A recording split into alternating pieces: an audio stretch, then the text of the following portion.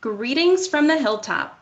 Welcome to today's webinar, Looking Forward, the Future of Environmental, Social, and Corporate Governance, sponsored by Georgetown McDonough's Office of Alumni Relations. We are so glad to have you. Thanks for taking time out of your workdays to connect virtually with us. Today's webinar is presented by Vishal Agrawal, Provost Distinguished Lapierre Family Associate Professor, whose main research focus is sustainable operations, focusing on managerial challenges at the interface of business and the environment. Professor Agrawal is joined today by Natasha Braginsky Mounier, School of Foreign Service alumna and the former Global ESG Investment Director at the Capital Group. I'm Lauren Apicella, Associate Director of Alumni Relations for Georgetown McDonough, and I'll be facilitating today's webinar.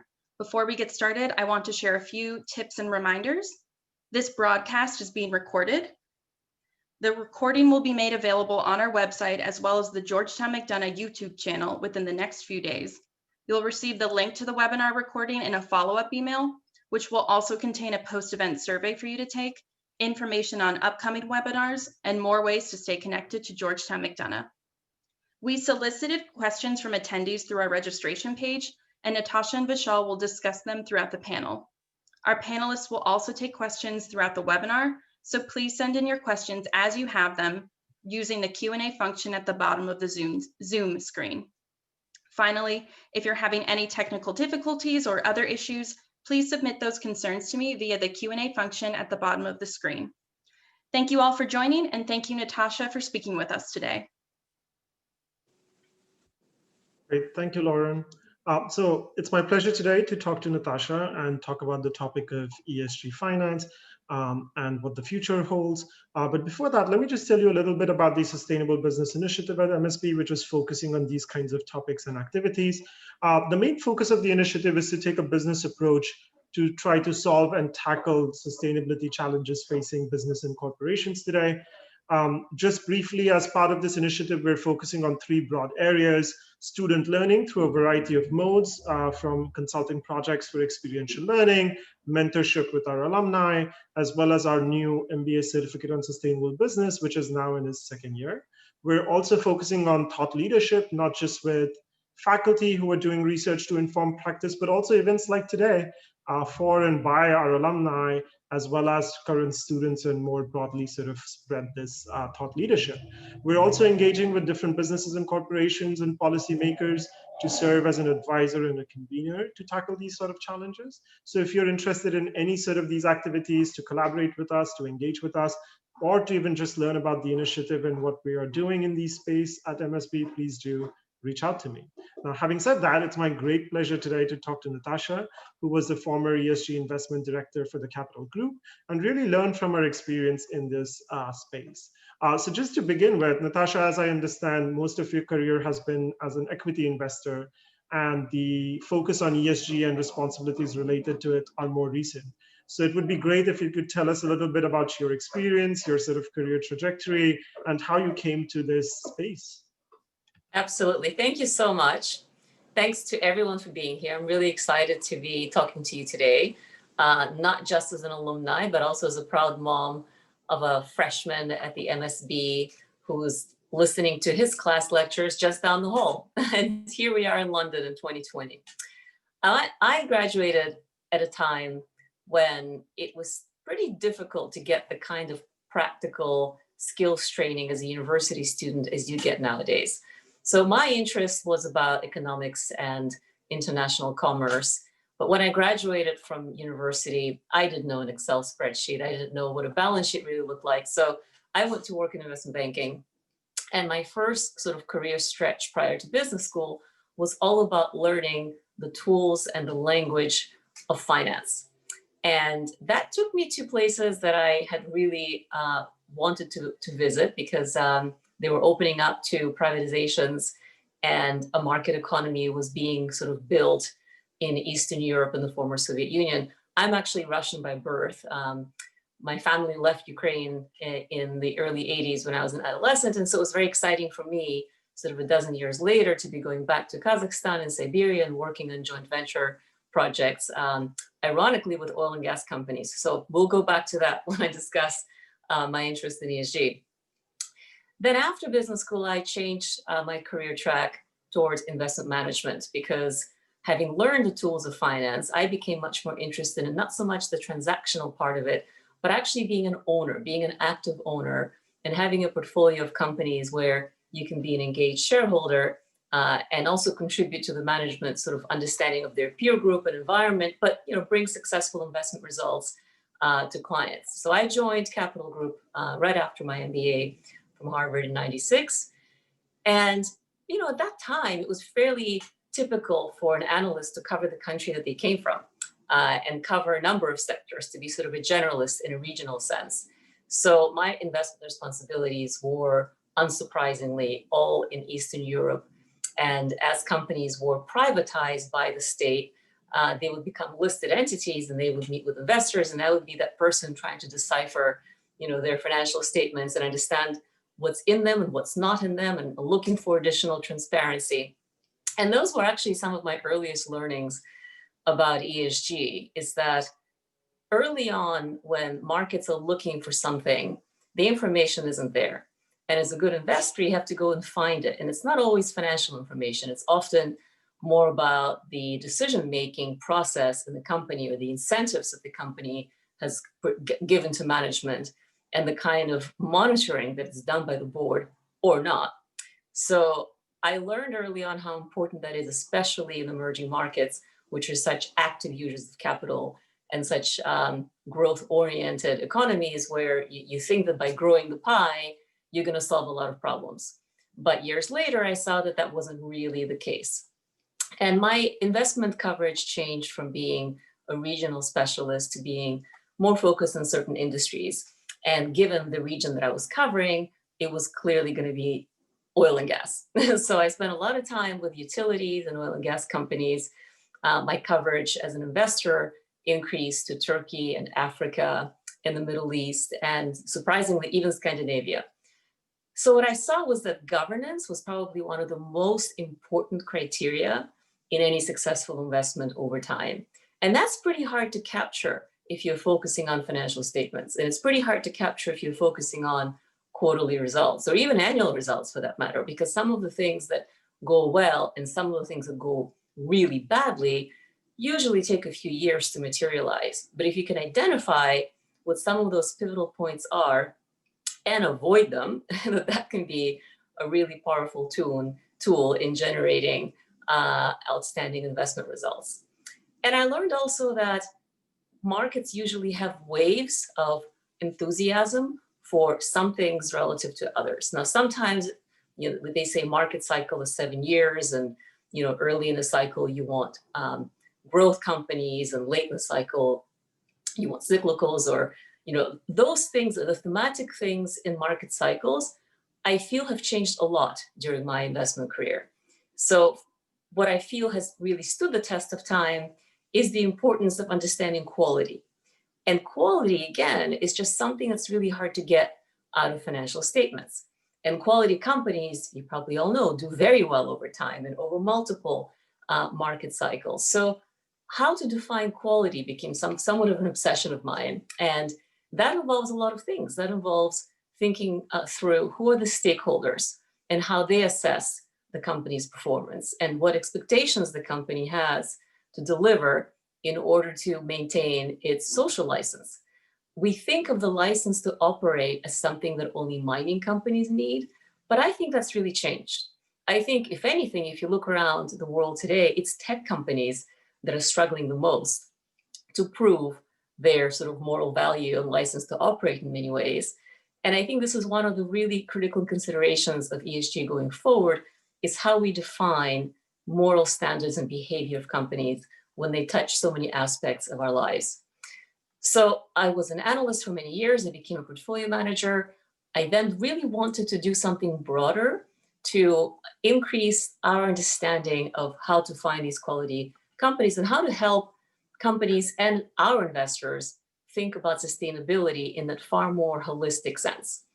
I retired last year as a partner of Capital Group. I wanted to do some other things with the next sort of 20 years of my life. I had been told that once you turn 50, the world looks different, and it is true. The world became much more different than I expected due to the pandemic, but actually my enthusiasm for thinking about sustainability, being involved in sustainability initiatives, and helping others get the best investment tools they can to understand how this affects all of us is something I continue to be super passionate about. So I will stop there. I'll be thrilled to take your questions, and we can talk about, sort of the ESG data issues. I know they came up in some questions about active management and how to use ESG. So let's dive in.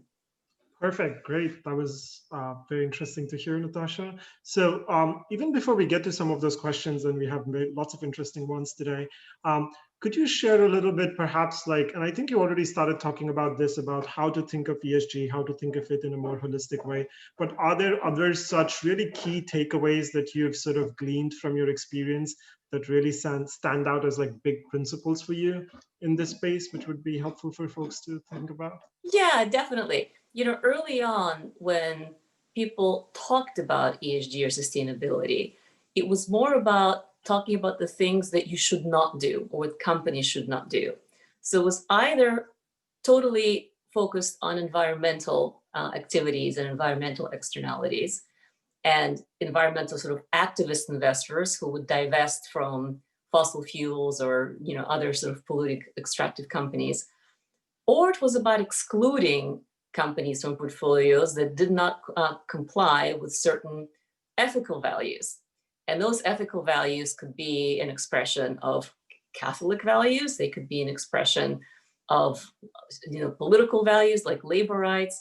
So I was disappointed early on in thinking about and looking for research that would help me understand sustainability in a more holistic way, that it was a lot about the don'ts and not about the do's.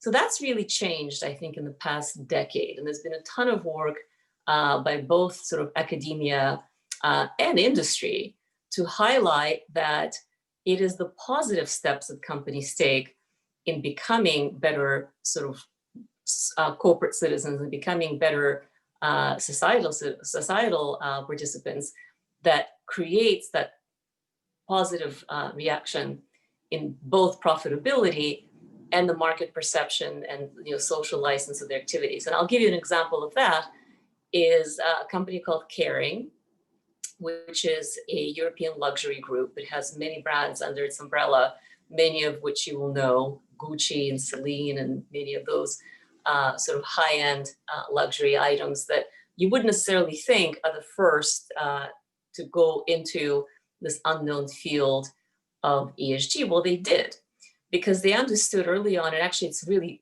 really driven by their CEO, who was part of the family that founded the firm, that they're responsible for their supply chain. And he created a decade-long list of things to do for them to have positive impact on the world through a positive management of their supply chain, which also greatly benefited the perception of the company, massively improved their valuation and sort of market positioning. And all of that was not so much a check the box list of things that they should not do, but all the things that should focus on, like transparency, accountability, occasionally some don'ts, like not using certain types of materials and tracing the ones that they do that are contentious. But a lot of it was actually focused on innovation and simplification of process, and again, accountability.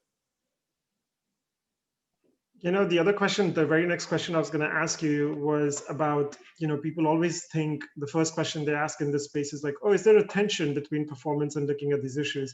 And your example just gave a very great illustration of how those things can actually go together through means of innovation and other such paths. Are there other thoughts or reactions you have to those kind of questions, which kind of always seem to pose that as a tension, where I think there might be many innovative ways of looking at that relationship? Look, I think there is a natural tension, because often it takes more than a year. Most often it takes more than 3 years for many of these sustainability-oriented initiatives or any of the ESG-specific action items to show up anywhere in a meaningful sense. And you know this, and we all know this from observing the marketplace, attention spans these days are incredibly short. And if we want to really fix the way the markets operate and capital is allocated away from inefficient to more sustainable investments, we have to really start thinking about longer term timeframes. And that is where the tension lies, because a lot of CEOs, they're paid in stock options or other sort of equity related compensation, and they're thinking about the next year, 2, 3, or 4 years maximum. So the tension comes from the fact that they want to do the right thing, but they know it's not really going to be the right thing for them financially, or may not be the right thing for them financially for some time. And that investors who are also positioned for very short-term sort of market moves just simply won't understand how to capture some of these initiatives in financial statements. And once again, I think it's so important for good investors to think about not just financial reporting, but the non-financial reporting as well. And part of what I very much hope happens the next 5 to 10 years, well, 10 years for sure, but I hope it happens faster in the next 5, is that we get a much more comprehensive and standardized set of ESG data tools and reports that are more comparable. So at least companies know what to report and investors know what to look for when they're comparing their policies and practices. So that might buy management some time to get investors to be more patient and to get policymakers more patient as well. Sometimes it's not just investors, but it's also governments and other stakeholders that can be very, very short term. And that's where the tension is. Oh, you unmute, Vishal. Of course I was. The problem of short-termism is also just highlights for something you said early on, the importance of not just looking at current performance, but looking at things like organizational structure and incentives and whether they're facilitating or inhibiting these kinds of activities. But you just sort of ended by talking a little bit about metrics and how to sort of look at them. So we got a couple of interesting questions related to this issue. Measurement and reporting is always a fun and a challenging question in this context. So one question we had was, what is the latest on measurement of different ESG outcomes as it relates to companies' objectives or profits? And what's sort of the cutting edge state of the art, and where do you see this going? It's a great question. Let me take a step back and explain something I think is sometimes overlooked. On the value chain of responsible investing, you have a few different things that need to be kept distinct. ESG in itself is a process. It's not an outcome. ESG tools are about integrating the process into a set of reporting metrics that can be compared. Then you have sort of impact investing, which is all about outcomes. And companies that want to have impact will tie their objectives to those outcomes.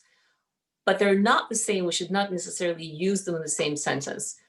ESG belongs everywhere. Every company should have ESG reporting. Many of them already have adopted what I think is the best practices, and that's SASB, Sustainability Accounting Standards Board. That's now used by 200 of the largest companies worldwide. Hopefully it's going to be 500 companies in a year or two. And that is a materiality-driven, sector-specific framework for what companies should report. And it's not 50 pages of stuff. It's not a data dump. It's a fairly concise and relevant set of themes and then metrics that companies can choose from and decide what's really most appropriate for them. So that is integration into the process of reporting. Then you can set KPIs and measure managements, on how they're doing in those items. But outcomes and impact investing is slightly different because that depends on what the company wants to do in terms of its overall mission and purpose. And so if a company decides that they want to solve a certain problem or they want to completely get rid of a certain externality, they can use ESG as a way to report their progress in getting there. And I hope that makes sense. Now, in terms of the actual reporting methodologies, there's a cornucopia of standards out there because they were created by different stakeholders. And that's normal. In the beginning of this movement, everyone was looking for different things. Different stakeholders were looking for different aspects of what's important. So some were looking primarily for all the environmental reporting, or especially greenhouse gas emissions, because they are perceived by many people to be a systemic risk. With the pandemic, I think some of the focus has maybe moved now to a lot more social reporting in terms of human capital management, health and safety. But for me, the most important standard setter has always been SASB, because they're the only initiative that included lots of different investors, lots of companies, lots of pension funds and asset owners. And it took years for them, way before it became sort of, the sexy theme of the day, to come to a consensus on what financial materiality looks like and what it looks like by sector. So for investors and for financial stakeholders, that is the most relevant set of standards. And now they're pairing up with GRI, which is the largest sort of big bucket reporting standard. And they're trying to have some common language in there. TCFD for carbon disclosure is also integrated into SASB, and they're trying to have a much more streamlined package of reporting tools for companies and also for the investment community, because the investment community is generally all signed up to do much more carbon reporting and portfolio reporting on a basis, so everyone needs that information. So I think we're now sort of coming towards not the 11th hour, maybe the 9th or 10th hour, before midnight, of having more coherent standards that can be used by the financial community. Now, it's important to also recognize that in different regions around the world, policymakers have an interest that can be divergent from financial investors. So, for example, in Europe, the EU Sustainable Finance Initiative is really focusing on the dual materiality, meaning that there's financial materiality, but there's also all this externality that doesn't necessarily have financial relevance today, but it matters to societies or communities where the company operates. And so they want to have, a somewhat more broad approach to deciding what are sustainable activities or not. So I think we're always going to be in a situation where there might be a broad base of reporting standards, hopefully this integration of TCFD and SASB with a bit of GRI, that'll be sort of the broadest common denominator. But I think within regions around the world, we'll see some local customization requirements. And certainly in Europe, it's going to be much more focused on externalities that are not necessarily captured by financial materiality. Great, that was very helpful. And especially I really appreciate making the distinction between ESG and impact investing. Those words, people always throw them around. And also, I'll take this moment to maybe if you weren't there, a few months ago, we did a webinar with the Director of Capital Markets Integration at SASB, who's also an alum. So you can find that webinar on our MSB YouTube channel, or Lauren can also share that with you after this webinar, which will you can hear more about SASB and other standards and how they're sort of developing.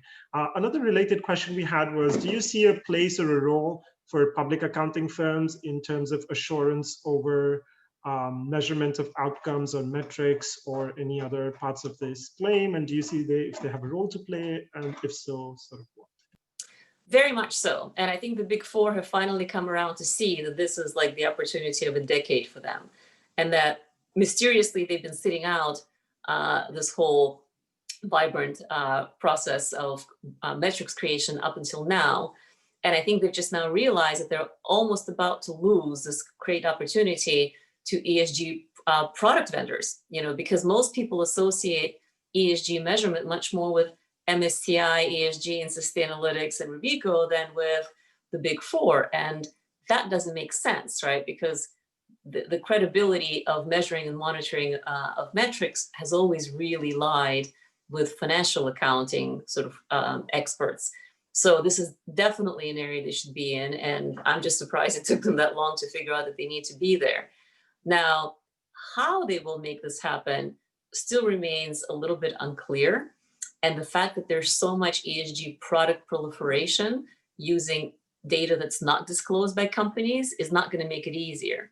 So just to give you a sense of how it works today, for MSCI ESG scores or ratings, as they call them, they only use about half of so the ratings are based half on what companies disclose, and over half is essentially information that they get about the company from other sources. So the World Wide Web, worldwide scrubbing of unstructured data, or geological data, or newspapers and blogs. So companies are actually very fearful of this because they then can't control what goes into their score or their rating. And the same thing is true also for Sustainalytics and others. So companies, because they've been all reporting different things in different ways and somewhat selectively, or at least in a way that can't be compared to one another, in the eyes of the ESG scoring and rating and sort of data vendors, they've lost credibility. And so the pitch to us, the investment community, by the data vendors, is to say, look, you can't trust what the companies report. You can't make an investment decision based on what every company reports individually in ESG, because you know that it's sort of, a very low quality input, low quality from the point of view of being not standardized or audited or comparable. So let us bring you stuff from lots of different sources, and some of them use AI to, for example, condense 60,000 pieces of unrelated blogs and different kinds of information, and we'll tell you how the company really stacks up. So this is where the accounting firms are going to have a really hard time, because now in this sort of ESG universe, the data disclosed by companies is only a component, still a dominant component, but only a component of how they're assigned the ESG ratings and scorings. And the reason why those ratings and scores are important is that in the vastly fast-growing ETF and passive investing world, ESG is really, really a great new product. And the way those ESG products work in an ETF and passive fund way is that they use scoring to determine what goes in the portfolio and what goes out. So it is a really, really big deal for companies. And hence, it should be a really big deal for the accounting firms to sort of claw back their credibility and establish a more level playing field. Great. And sort of thinking about this, so one interesting question we got, and it's always very interesting to think of the trajectory of companies, that if you're a public company beginning its ESG journey, what are some of the recommended initial areas of focus? As an analyst, as an investor, what are the first few things you would encourage them to focus on? Well, the very first thing they should do is have a purpose statement.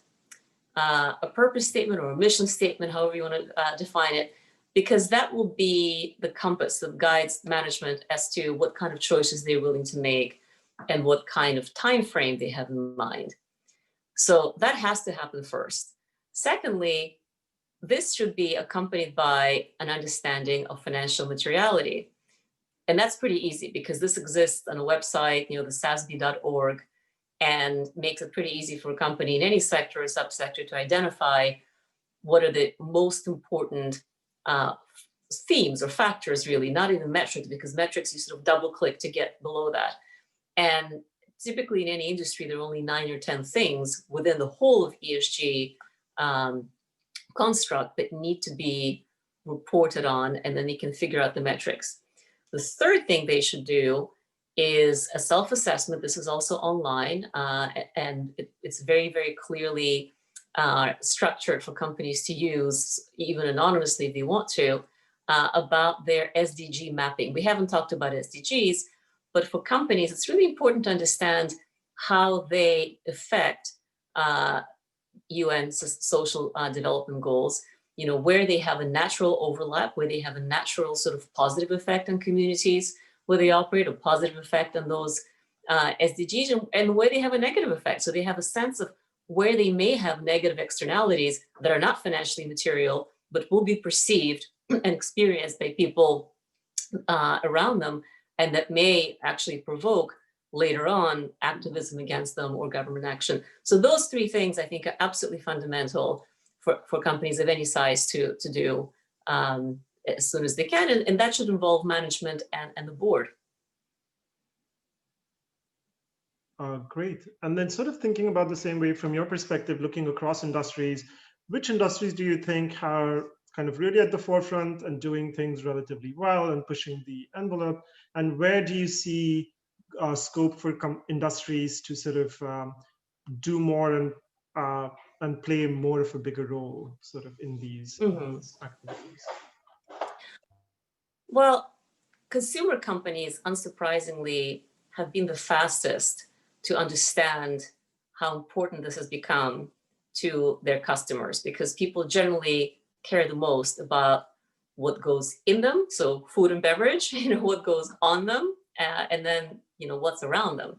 So this consumer-driven attention to pollution, environment, climate, social justice, all of the things that are headline news for the consumer companies, they very much are front and center to their financial results and their P&L. So they have been much more advanced in understanding their supply chains, their footprint, environmental footprint, the social impact. And so, believe it or not, some of the best companies who report and do something about that are Coca-Cola, and many other US companies that you wouldn't necessarily think have green banners, but because it's so central to their business. And ironically, even though the US really is lagging behind many other countries in the world on environmental, sort of embracing environmental standards, or even supporting sort of the initiatives around ESG from a policy point of view, the multinational companies are way on the forefront. And because the US has companies that are so consumer facing, ironically, it actually means that many of them are leaders in this. Now, companies that have lagged are generally the ones that either have the most to lose. So, oil and gas, particularly in the US, has not been, active or proactive rather in dealing with the challenges. And then companies that have a business that's more or less wholesale. So industrial companies that are not consumer facing, particularly ones that are fairly niche and provide just certain types of industrial components. They just don't see as much relevance to their customers of what they do differently. But I think it's only a matter of time before that changes. And we see that already in Europe with companies like Schneider and Vinci, who are industrial companies that don't have sort of a consumer brand aspect to it, but they've become some of the biggest advocates and beneficiaries of the energy transition. Great, and we have an interesting question from our audience. We have a first-year MBA student who, before starting at Georgetown, actually worked for CME Group, where Capital Group was one of their largest shareholders. Yes. And so the question they have, and I'll generalize the question so it's not just about Capital Group, is how does one weigh ESG scores or ratings compared to other ratings in portfolios for companies like those? Like, how do you sort of incorporate that in your decision-making, if that makes sense? That really depends on the investment process of the fund where you would be working. And I think in general, and specifically for the kind of investment process, we have a Capital Group, which is very, very bottom up and long term. You can't really assign that in a fixed way. Same as we wouldn't necessarily be able to assign what's the proportion of importance you assign to the valuation of the company, right, versus its growth versus its shareholding structure. I think it really just depends on the business you're in, the stage of the business, and when are you becoming a shareholder in the business. So, for example, you might be buying into a company that's a brand new IPO, and they've just literally signed this purpose statement identifying where they want to go with ESG, but they just haven't done anything yet. Well, if you're a long-term investor and you think that the governance is set up in such a way to encourage this, and the incentives are there for management to execute, why wouldn't you go with a journey, and accompany them to that better outcome? Or even a company, take BP, for example, that has not been a good corporate citizen or planetary citizen, as they say, but has a new CEO, has a revamped board that has now completely changed their projected capital allocation towards renewable energy. Just because it has poor ratings now, does that mean you wouldn't want to buy it? Well, no, that would be very backward looking. You as an investor always need to be forward looking and take into account what you think is important for the duration of the time that you expect to hold the investment. And again, I emphasize the fact that it's so important to understand that these initiatives take a long time to materialize. And so if you're really a long-term investor, then you have to decide how much of the ESG improvement you're going to capture in the amount of time you expect to be invested. and if the governance and the incentives are aligned to implementing that. Right. Another sort of interesting question we got from one of our audience members, they work with their ESG team at a large corporation where they're having a tough time figuring out where they cause the most negative ESG impacts, or where they can make the most change. There isn't a single issue that is very central to their business. For example, like they're not an oil and gas company or Coca-Cola with water or plastic, right? So how would they go? Would you have any suggestions for them for how to go about in a systematic way to identify for, let's say, any company, what areas they should focus on? I would again go with the Sustainability Accounting Standards Board financial materiality matrix and identify at least the 9 or 10 things that really matter to the business objectively from an investor's point of view, you know, the kinds of metrics that matter. And then also do the SDG mapping. And that would give them a sense of where they are having touch points with society that may not be capturing within financial materiality, you know, whether it's providing skills and training that they're doing, but that maybe not doing enough of. It's a very easy self-assessment. And I think that it can be done within sort of an hour at an executive committee meeting and provide some great food for thought.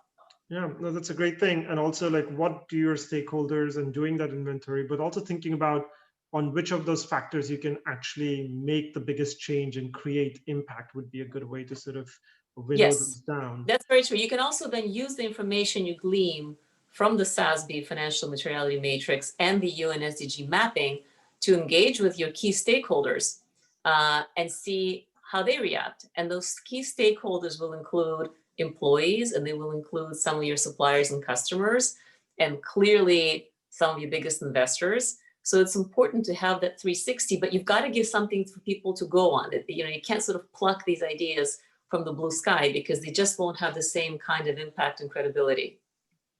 Right, great.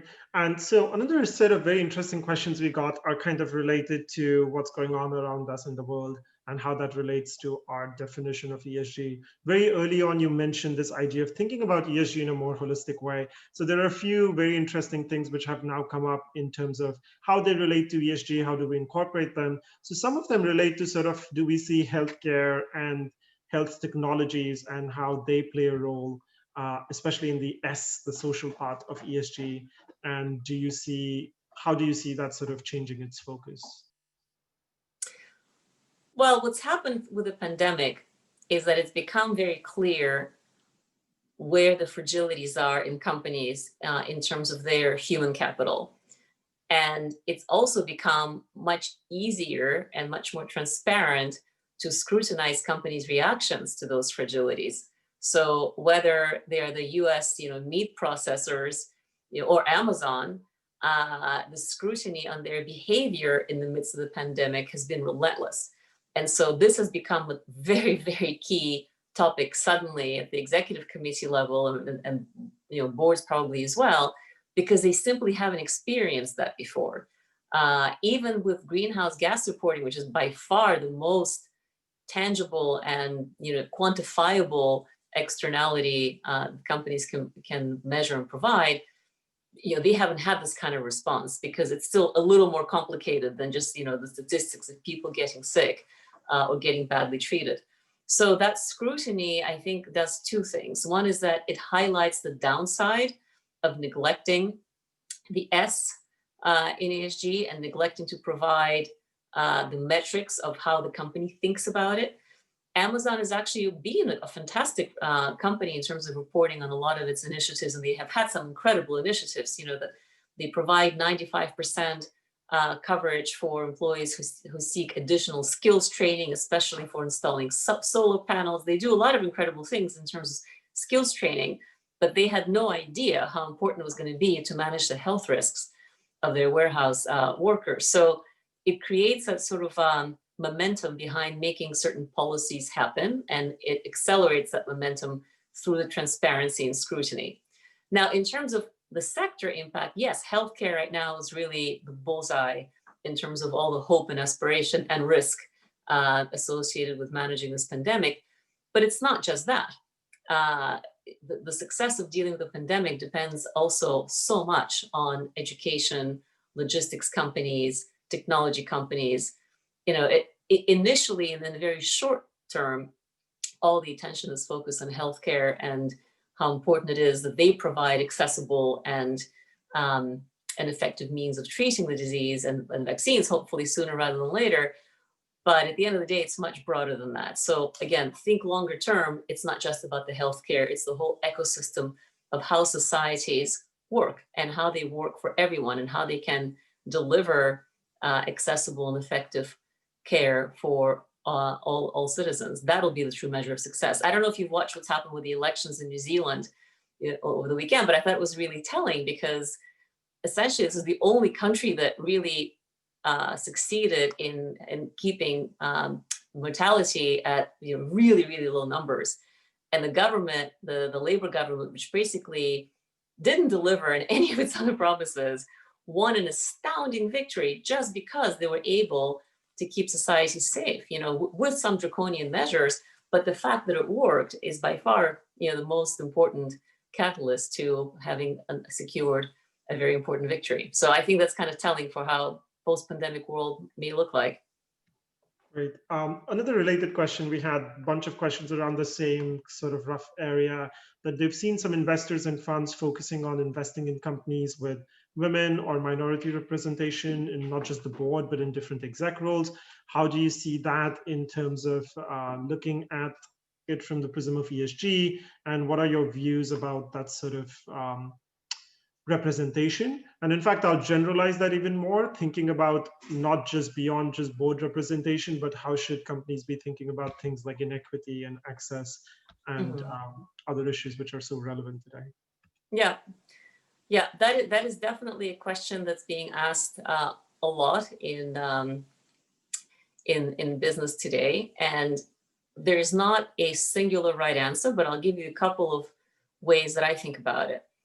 Again, it depends on what kind of investment process you're involved with. For the top-down passive fund industry, exclusions are a very handy way to provide product to clients that simply don't want exposure to certain kinds of things. To clients who say, I don't want to be invested in a company that doesn't have a single female on its board or executive management team. And then whoosh, you slice that off.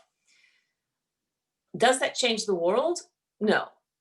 In the active management space, and in an active management space where you're very selective about companies you invest in, you would possibly look at a company like that and say, and what if active engagement would actually nudge them to think differently, and maybe introducing them to people might help them find, a couple of board directors and nudge them towards getting an internal person on the executive committee. And so 2 years from now, there might be 30% women, on the board and management. Wouldn't that be a better company?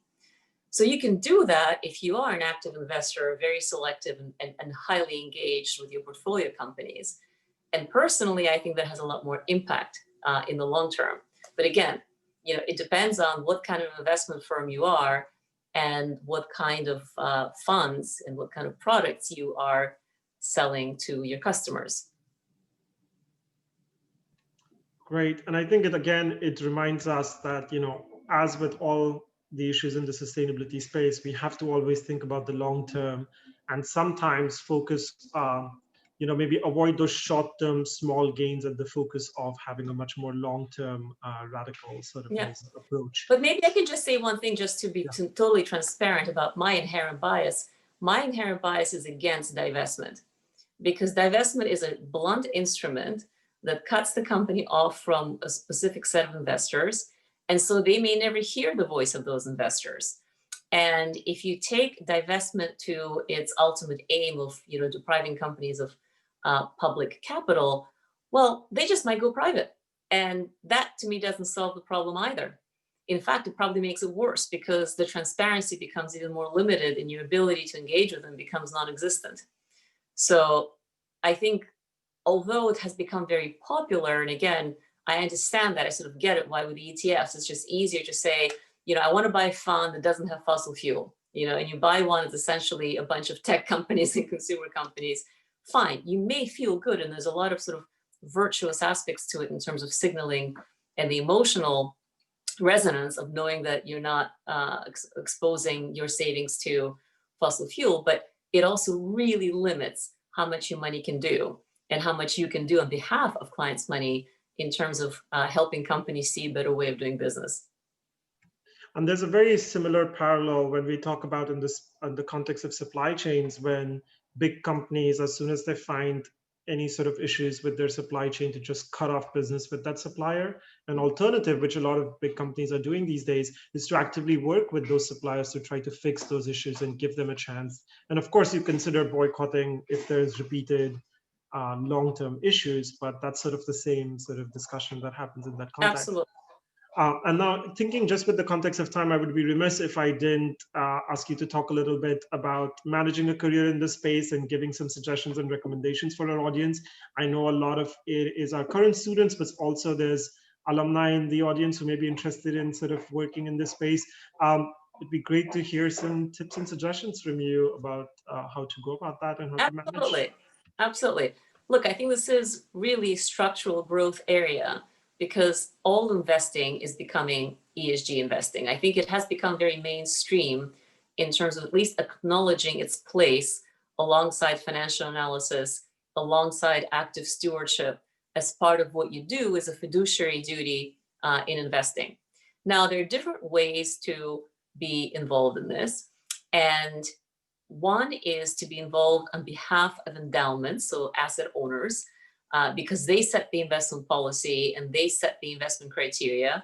And much like the Georgetown Endowment, for example, which won't invest in certain things based on the Catholic and Jesuit values, many endowments and pension funds will have their own lens, often exclusionary, but they will work very closely with their asset managers to see certain things being done.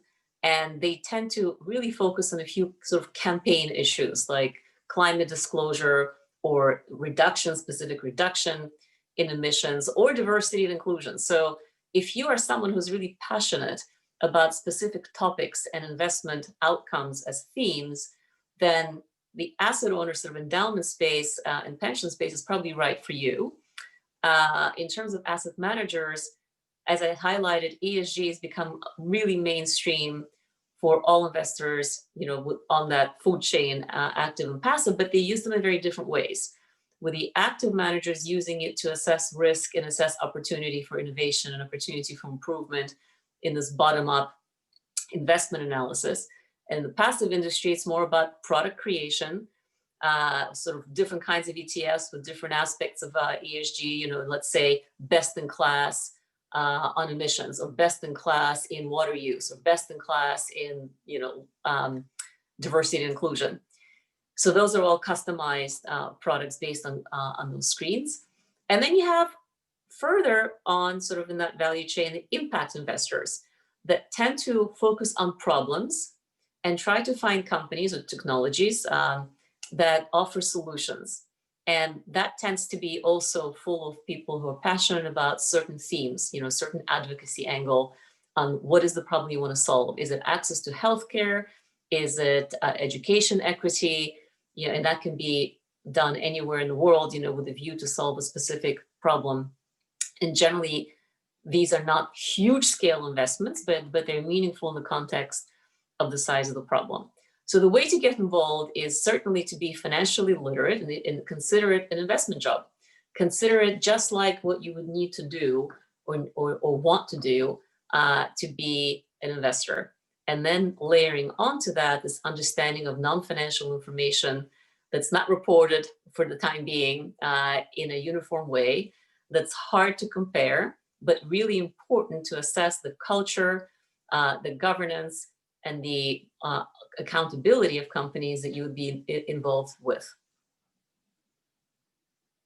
And in fact, great. And in fact, I'll even generalize. I'll say, if you're interested in making a difference and working in sustainability, no matter what functional area you're thinking of, work in the functional area. You may be able to make bigger changes than working specifically in sustainability. That's very true. I'm sorry, I only talked about it from the investment point of view, yes. But from the corporate side, there's so much to be done, because actually, typically the most low-hanging fruit, as they call it, in the corporate setting is to improve energy efficiency. And that starts with some really basic tasks that you can do, starting from your own home, to any company. And, it sounds quaint now because no one's traveling, but, reducing your air miles and offsetting corporate travel has been one of the easiest, but most profound ways that companies have sort of engaged with their employee base to understand what is individual impact about, and how do you measure it. So cleaning up sort of starting from your kitchen is where change happens. And I can't tell you how exciting it was for me when I was the ESG director of capital to see people actively want to get all the plastic straws out from all of our offices, and change certain, practices that had been there forever in terms of just understanding where we can be more efficient. So that grassroots thing begins in your kitchen. Great. Thank you so much, Natasha. This was a great conversation. I'm sure our audience also really appreciated learning from your experience and all the great things you had to talk about. With that, I'll turn it over to, my pleasure. I'll turn it over to Lauren. Thank you, Natasha, and thank you, Vishal, for your time today. And thank you to our attendees for joining us for the webinar on the future of environmental, social, and corporate governance. As a reminder, the recording will be made available on our website and the YouTube channel within the next few days. You will receive the link to the recording in a follow-up email, which will also contain a post-event survey for you to take, information on upcoming webinars, and more ways to stay connected to Georgetown McDonough. Thank you all again for joining us, and have a wonderful day.